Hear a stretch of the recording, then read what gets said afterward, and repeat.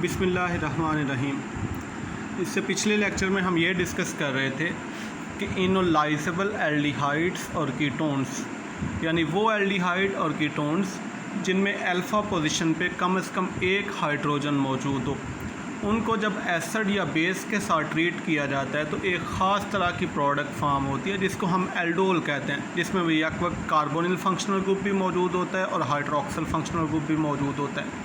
अब उसी सिलसिले को हम लेके आगे चलते हैं और हम ऐसे अनसिमेट्रिकल कीटोन्स का एल्डोल रिएक्शंस डिस्कस करेंगे। मिसाल के तौर पे यहाँ पे आपको दो कीटोन्स लिखे हुए नज़र आ रहे हैं। मसलन ये वाला एक कीटोन है और दूसरा ये वाला कीटोन एसीटोफिनोन। इन दोनों कीटोन्स को हम देखते हैं कि दोनों में जो है वो क्या सीन है। पहले कीटोन को आप देखें और आप थोड़ा सा इस पर गौर करें तो आप देखें कि इस कीटोन की जो इधर वाली अल्फ़ा पोजीशन पे यहाँ से ये इनोलाइज नहीं हो सकता, क्योंकि इस अल्फ़ा पोजीशन के ऊपर कोई हाइड्रोजन मौजूद नहीं है। इसका मतलब है कि कार्बोनिल कार्बन की एक साइड वाला अल्फ़ा कार्बन जो है उसमें वो ब्लॉक्ड है, यानी वहाँ से इनोलाइजेशन पॉसिबल नहीं है। इसका मतलब ये है कि ये वाली कीटोन सिर्फ वन वे इनोलाइज हो सकती है इस साइड से, दूसरी तरफ के कार्बन से, दूसरे अल्फ़ा हाइड्रोजन से, क्योंकि उसके साथ तीन हाइड्रोजन जो हैं वो जुड़े हुए हैं। तो ये वाली कीटोन जो है इस पे आप देख लें कि ये सिर्फ वन वे इनोलाइज हो सकती है, दूसरी तरफ का जो अल्फ़ा कार्बन है वहाँ पे इनोलाइजेशन पॉसिबल नहीं है। इसी तरह से अगर आप एसीटोफिनोन को देखें तो ये वाला कार्बन जो है अल्फ़ा कार्बन, यहाँ पे भी इनोलाइजेशन पॉसिबल नहीं है, क्योंकि इस कार्बन के साथ कोई हाइड्रोजन जुड़ा हुआ नहीं है। जबकि दूसरी तरफ का कार्बन जो है अल्फ़ा कार्बन, वहाँ पे इनोलाइजेशन पॉसिबल है। Again reason is the same कि वहाँ पे तीन अल्फ़ा हाइड्रोजन जो हैं वो मौजूद हैं। तो ये पहली दोनों एग्जांपल्स में जो आपको कीटोन्स नज़र आ रहे हैं ये सिर्फ वन वे इनोलाइज हो सकते हैं, क्योंकि इनके एक तरफ जो है वो कोई अल्फ़ा हाइड्रोजन, अल्फ़ा प्रोटॉन जो है वो मौजूद नहीं है, और वहाँ पे एक तरफ जो है वो इनोलाइजेशन पॉसिबल नहीं है। तो यहाँ पे अब हम इन्हीं तरह के जो कीटोन्स हैं इनकी एल्डोल रिएक्शंस को जो है वो डिस्कस करेंगे। सबसे पहले हम जो पहली एग्जांपल है उसी को डिस्कस करेंगे, जिसमें कार्बोनिल कार्बन के एक तरफ जो है वो टर्शी बुटाइल ग्रुप लगा हुआ है और एक तरफ मिथाइल ग्रुप लगा हुआ है। तो जिस साइड पे टर्शी बुटाइल ग्रुप लगा हुआ है हमने ऊपर देख लिया कि वहाँ पे इनोलाइजेशन जो है वो पॉसिबल नहीं है, क्योंकि वहाँ पे अल्फ़ा कार्बन जो है उसके पास कोई भी हाइड्रोजन मौजूद नहीं है। So only possibility left behind इसके जो मिथाइल साइड है वहाँ पे जो हाइड्रोजन मौजूद है उस जगह से इनोलाइजेशन पॉसिबल है। सो जब मिथाइल साइड से हाइड्रोजन बेस जो है वो पिक कर लेगा तो जो इनोलेट आयन बनेगा वो कुछ इस तरह से होगा, और फिर ये इनोलेट आयन जो है वो बाकी बचे हुए जो अनइनोलाइज्ड फॉर्म है इस कीटोन की, उसके इलेक्ट्रोफिलिक कार्बन के ऊपर अटैक करके एल्डोल प्रोडक्ट जो है वो फाइनली फॉर्म करेगा। यानी आप देखें कि ऑक्सीजन का नेगेटिव चार्ज जो है वो वापस आ रहा है, कार्बन कार्बन जो पाई बॉन्ड है वो अटैक करेगा इलेक्ट्रोफिलिक कार्बन के ऊपर, और कार्बन ऑक्सीजन का जो पाई बॉन्ड है वो शिफ्ट हो जाएगा ऑक्सीजन के ऊपर, जिससे ऑक्सीजन के ऊपर नेगेटिव चार्ज आ जाएगा, यानी आपके पास ये चीज़ फॉर्म हो जाएगी। और फाइनली ऑक्सीजन जो नेगेटिवली चार्ज ऑक्सीजन है वो फाइनली पानी में से प्रोटॉन पिक कर लेगी और ये फाइनल प्रोडक्ट फॉर्म हो जाएगी, जिसको हम कह रहे हैं एल्डोल। यहाँ पे आप एक बात नोट करें कि जो बेस हमने during the course of reaction use किया वो एंड ऑफ द रिएक्शन जो है वो खुद को सेपरेट कर लेगा। इसका मतलब ये है कि बेस का यहाँ पे जो रोल है वो बेसिकली कैटालिटिक रोल है। तो ये वाली बात भी आप जहन में बना के रखें कि बेस एक कैटालिटिक रोल प्ले करता है, यानी एंड ऑफ द रिएक्शन वो खुद को अलग कर लेता है, फाइनल प्रोडक्ट जो है वो फॉर्म हो जाती है। तो इसी सिलसिले को हम आगे जो है वो मूव करते हैं, और अब हम कुछ लैक्टोन्स जो हैं उनके अंदर एल्डोल रिएक्शन को डिस्कस करेंगे। ये वाली बात आप ध्यान में रखें कि जो लैक्टोन्स हैं ये बेसिकली साइक्लिक एस्टर्स होते हैं, और ये अपने बिहेवियर में जो ओपन चेन एलिफैटिक एस्टर्स हैं उनसे भी डिफरेंट है। जो ओपन चेन एलिफैटिक एस्टर्स होते हैं वो थोड़ा सा डिफरेंट तरह का रिएक्शन देते हैं, वो इससे आगे कहीं पे हम डिस्कस करेंगे। तो ये एक लैक्टोन आपको नज़र आ रहा है यहाँ पे, ये एक क्लोज चेन साइक्लिक जो है वो एस्टर है। अब इस पे भी आप गौर करें कि जो कार्बोनिल कार्बन है उसके एक तरफ वाली जो पोजीशन है वो ब्लॉक्ड है, यानी वहाँ पे इनोलाइजेशन पॉसिबल नहीं है, क्योंकि वहाँ पे ऑक्सीजन मौजूद है। आप ये वाली बात जो है वो देख सकते हैं कि इस साइड पे चूँकि ऑक्सीजन मौजूद है तो यहाँ पे तो इनोलाइजेशन पॉसिबल नहीं है। सो इस लैक्टोन के अंदर भी इनोलाइजेशन वन वे पॉसिबल है, यानी एक तरफ से मिथाइल ग्रुप मौजूद है जहाँ से इनोलाइजेशन हो सकती है, यानी बेस वहाँ से प्रोटॉन पिक करेगा और उसके नतीजे में आपके पास ये इनोलेट आयन फार्म होगा, ये इनोलेट जो है वो फार्म हो जाएगा। उसके बाद बाकी जो है वो क्या सीन होगा, ज़ाहिर है ये नॉर्मल जो अल्डोल रिएक्शन है वो अंडरगो करेगा, उसको अब हम देख लेते हैं। ये दोबारा से आप समझ लें कि लैक्टोन्स जो हैं दीज आर साइक्लिक एस्टर्स, और ये अपने बिहेवियर में are bit different from open chain aliphatic esters. उनका रिएक्शन जो है वो कुछ डिफरेंट तरह का होगा, वो आगे हम डिस्कस कर लेंगे। तो इलेक्ट्रॉन्स में हमने देखा कि एक तरफ जो है कार्बन कार्बन के वहाँ पे तो इनोलाइजेशन पॉसिबल नहीं है, यहाँ पे भी इनोलाइजेशन जो है वो सिर्फ वन वे पॉसिबल है। सो आगे हम अब इसका रिएक्शन देखते हैं। अब जब ये इलेक्ट्रॉन ने इनोलेट आयन फॉर्म कर लिया, यानी कुछ अमाउंट जो है इसकी वो इनोलेट आयन बन गई और बाकी अमाउंट जो है वो अनइनोलाइज्ड रहेगी।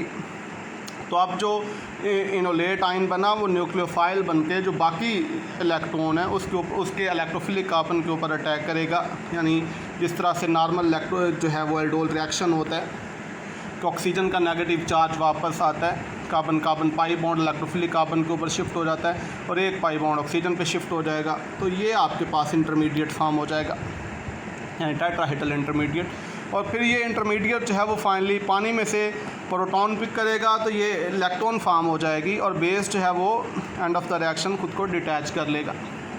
अच्छा, अब दोबारा से आप ये वाली बात समझ लें जो पीछे हमने की थी कि ये जो एल्डोल रिएक्शन है is affected by little amount of base और एसिड। अगर हम ज़्यादा बेस जो है वो यूज़ करते हैं तो रिएक्शन एल्डोल रिएक्शन में से एल्डोल प्रोडक्ट में से डिहाइड्रेशन हो जाती है, एलिमिनेशन, और फाइनल प्रोडक्ट जो होती है वो अल्फ़ा बीटा अनसैचुरेटेड एल्डिहाइड या कीटोन होता है, या जो भी कंपाउंड आप स्टार्टिंग मटेरियल के तौर पे यूज़ कर रहे हैं उसमें अल्फ़ा और बीटा पोजीशन के दरमियान कार्बन्स के दरमियान डबल बॉन्ड आ जाएगा।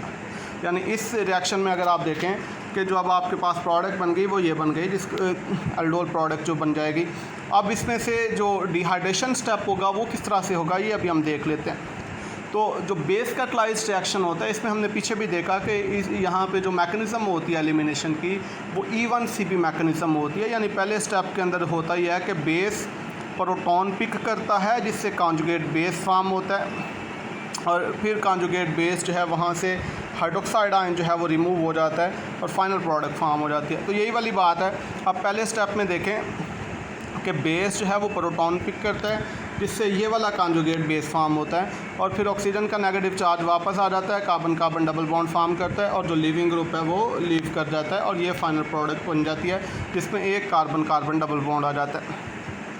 और अगर यही वाला रिएक्शन जो है वो एसिड कैटलाइज्ड हो तो आपको पता है उसमें मैकेनिज़्म इज बिट डिफरेंट, यानी उसमें जो मैकेनिज़्म है वो E1 होती है, जबकि बेस कैटलाइज्ड रिएक्शन जो होगा उसके अंदर मैकेनिज़्म जो है वो E1CP होती है। अच्छा, यहाँ पे एक इम्पोर्टेंट क्वेश्चन जो राइज़ करता है और जो क्वेश्चन आपके माइंड में आ सकता है वो ये वाला कि जो इस रिएक्शन में इंटरमीडिएट बना, टेट्राहेड्रल इंटरमीडिएट बना, वो जो नॉर्मल रिएक्शन होते हैं कार्बोनिल कंपाउंड्स जो कार्बोक्सिलिक एसिड के डेरिवेटिव्स के रिएक्शन होते हैं, न्यूक्लियोफिलिक सब्स्टिट्यूशन जिनमें होती है कि जो टेट्राहेड्रल इंटरमीडिएट होता है वो कोलैप्स करता है और एक लिविंग ग्रुप लीव कर जाता है और एंड रिज़ल्ट जो होता है कि न्यूक्लियोफिलिक सब्स्टिट्यूशन हो जाती है। तो यहाँ पे ये क्वेश्चन राइज कर सकते हैं कि ये जो टेट्राहेड्रल इंटरमीडिएट है इसने कोलैप्स करके न्यूक्लियोफिलिक सब्स्टिट्यूशन क्यों नहीं हुई, यानी ये एक अच्छा क्वेश्चन हो सकता है। तो अब आप देखें कि हम इस तरह की बात कर लेते हैं कि पॉसिबिलिटी जो है वो क्या बनती है अगर ये इंटरमीडिएट टेट्राहेड्रल जो है ये कोलैप्स कर दे। तो अब देखेंगे जब ऑक्सीजन का नेगेटिव चार्ज वापस आएगा तो एक बॉन्ड जो है वो ऑक्सीजन के ऊपर शिफ्ट हो जाएगा, तो ये चीज़ फॉर्म हो जाएगी।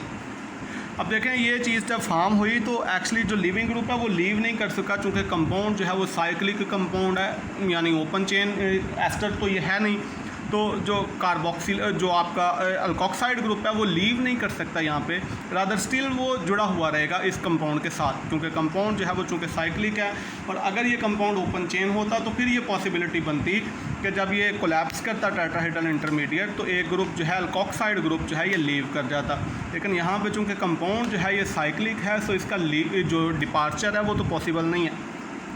यानी पॉसिबिलिटी है कि ये इसके बॉन्ड जो है कार्बन ऑक्सीजन बॉन्ड एक जो है वो ब्रेक हो जाए, लेकिन लीव स्टिल नहीं करेगा। अच्छा, अब लीव नहीं करेगा तो फिर क्या होगा, यानी अब आप देखें कि ऑक्सीजन के ऊपर नेगेटिव चार्ज है, यानी ये न्यूक्लियोफिलिक ऑक्सीजन है, तो ये दोबारा से कार्बन के ऊपर अटैक करेगा और इसका रिज़ल्ट जो है वो फिर यही आएगा कि फिर से यही चीज़ जो है उससे फार्म हो जाएगी, यानी जहाँ से हमने स्टार्ट किया फिर से वही चीज़ फार्म हो जाएगी। तो एंड रिज़ल्ट इसका यही है कि थोड़ा सा अगर कोलैप्स करता भी है तो वो दोबारा से फिर से वही चीज़ जो है वो फार्म हो जाएगी।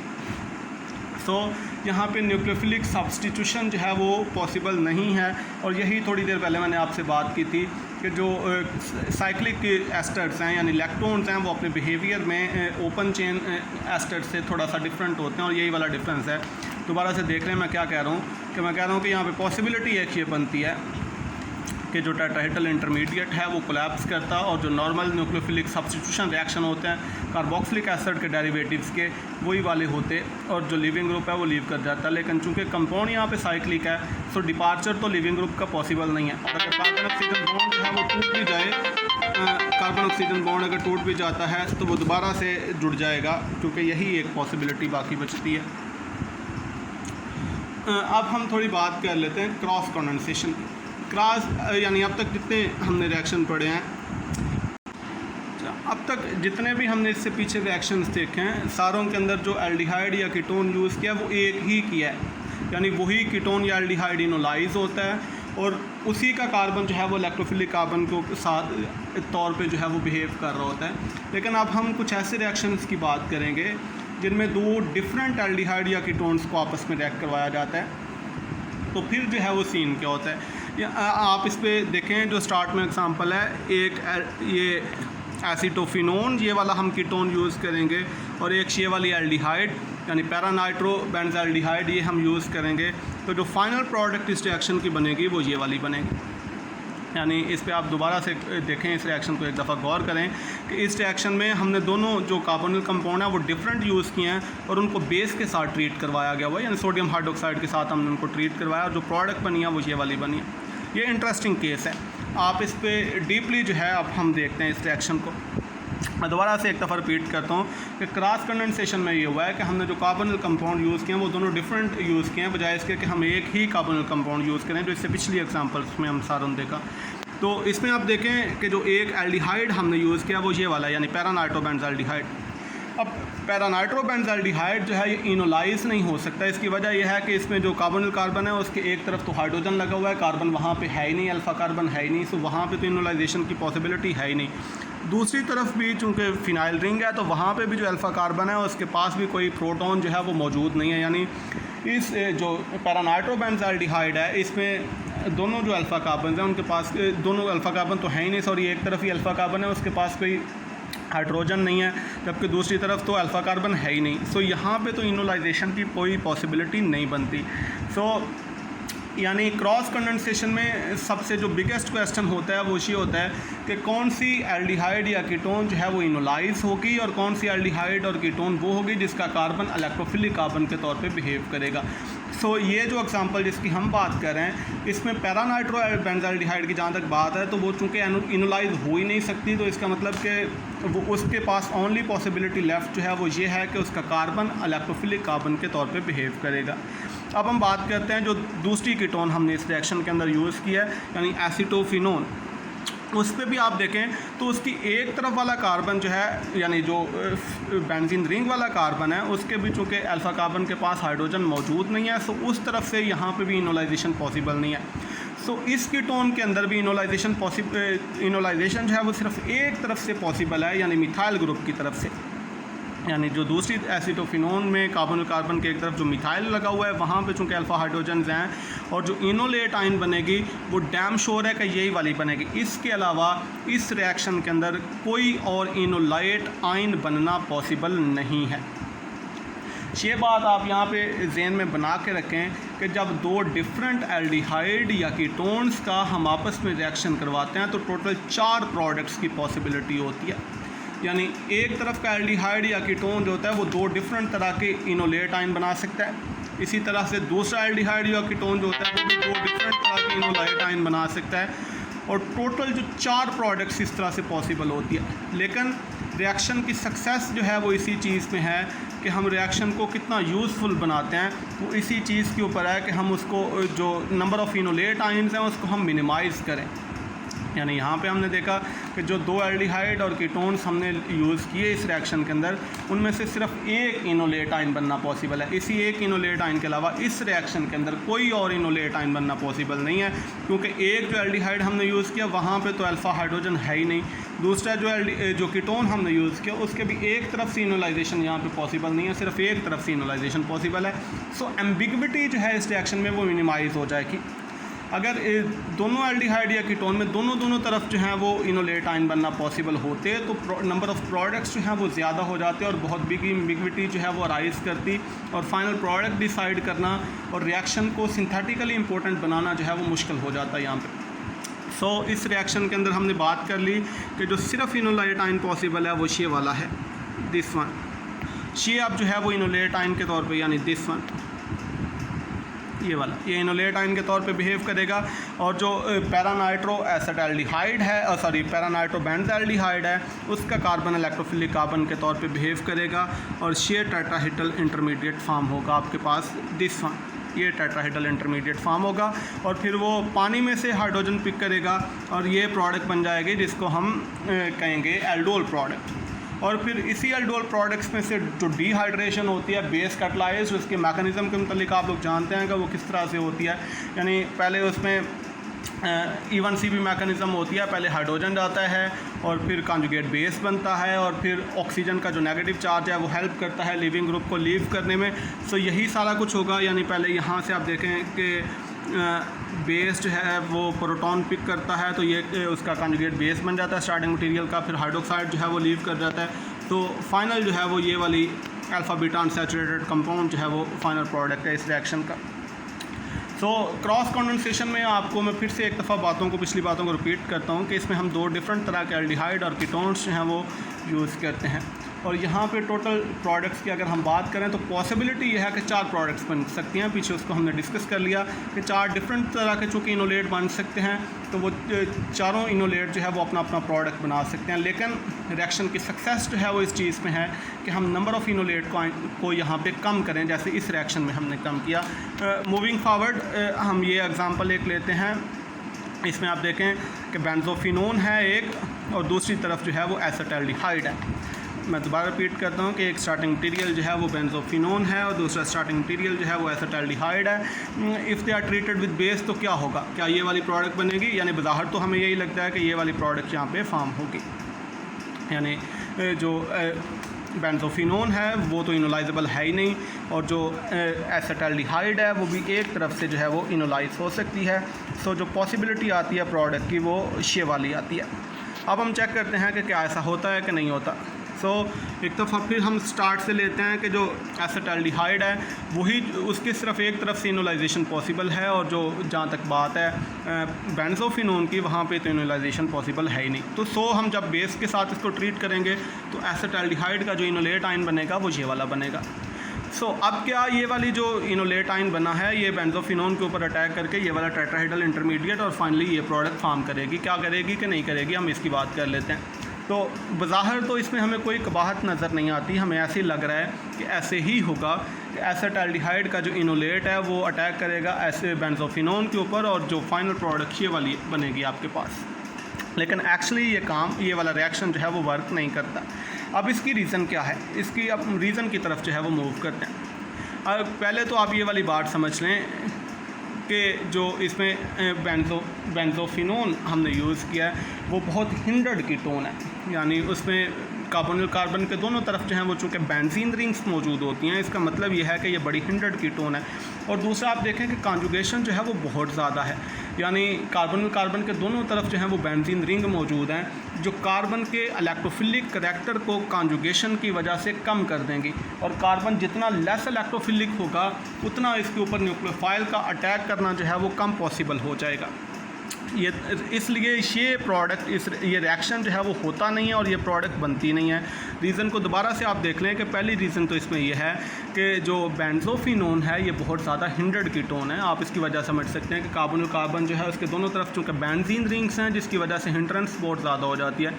दूसरा ये है कि कॉन्जुगेशन बहुत ज़्यादा है, दोनों तरफ बेंजीन रिंग है, सो वो अपनी इलेक्ट्रॉन डेंसिटी की हेल्प से कार्बन का इलेक्ट्रोफिलिक करैक्टर उसको रिड्यूस कर देंगे, जिसकी वजह से इसके ऊपर न्यूक्लियोफाइल का अटैक जो है वो उतना फीजिबल नहीं रहेगा। और अब हम इसको जो है वो क्लोज़ करते हैं, इस चैप्टर को यहाँ पे, इस बात को यहाँ पे हम क्लोज़ करते हैं और हम ये वाली बात एंड पे करेंगे, यानी समराइज़ करेंगे यहाँ पे कि जो सक्सेसफुल एल्डोल रिएक्शन होता है, क्रॉस एल्डोल रिएक्शन, उसके लिए क्या चीज़ें जो हैं वो ज़रूरी हैं। तो उसमें पहली जो सबसे बड़ी बात है वो तो ये है कि जो दो पार्टनर्स हम यूज़ करते हैं, चूँकि हम दो डिफरेंट एल्डिहाइड कीटोन यूज़ करते हैं, तो दोनों पार्टनर्स में से सिर्फ एक पार्टनर जो है should be capable of enolisation. अगर दोनों पार्टनर जो हैं वो इनोलाइज हो सकते हैं तो फिर मुश्किल हो जाती है, क्योंकि नंबर ऑफ़ पॉसिबल प्रोडक्ट्स ज़्यादा हो जाते हैं और एम्बिग्विटी बहुत ज़्यादा हो जाती है। तो इसकी सक्सेस में पहली बात तो यह है कि सिर्फ एक पार्टनर जो है उसको इनोलाइज होना चाहिए, दूसरे को इनोलाइज नहीं होना चाहिए। ये बात जो है वो फ़ायदे में रहेगी, क्योंकि फिर नंबर ऑफ़ प्रोडक्ट्स जो हैं वो कम रहेंगे। दूसरी बात कि जो दूसरा पार्टनर है, यानी जो इनोलाइज नहीं होता, उसके कार्बन को ज़्यादा इलेक्ट्रोफिलिक होना चाहिए कंपेयर टू उस पार्टनर के जो कि इनोलाइजेबल है। उसकी वजह आप ये समझ सकते हैं कि अगर दोनों कार्बन जो हैं उनके इलेक्ट्रोफिलिक करैक्टर एक जैसी हो, तो फिर ये होगा कि जो इनोलेट आयन बनेगा वो दूसरे पार्टनर के कार्बन के ऊपर भी अटैक कर सकता है और अपने कार्बन जो उसका जो कि अभी इनोलाइज नहीं हुआ उसके ऊपर भी अटैक कर सकता है, फिर भी नंबर ऑफ़ प्रोडक्ट्स जो हैं वो ज़्यादा हो जाएंगे। ध्यान से आप इस बात को समझें कि अगर दोनों कार्बन का इलेक्ट्रोफिलिक करैक्टर बराबर है तो फिर ये है कि जो इनोलेट आयन बनेगा वो दोनों कार्बन के ऊपर जो है वो अटैक कर सकता है और प्रोडक्ट्स जो हैं उनकी तादाद ज़्यादा हो जाएगी। और दूसरी बात यह है कि वो कार्बन जो कि इनोलाइज हो सकता है उसका अलग कार्बन उतना इलेक्ट्रोफिलिक ना हो, और जो दूसरा कार्बन है उसका जो कार्बन है दूसरे कार्बन कंपाउंड का कार्बन ज़्यादा इलेक्ट्रोफिलिक हो, तो फिर इनोलेट जो है वो उसकी पास पॉसिबिलिटी यही बचेगी कि वो दूसरे कार्बन के ऊपर ही अटैक करेगा। इस बात को आप जो पिछली एग्जांपल इससे हमने डिस्कस किया उसको आप समझ सकते हैं।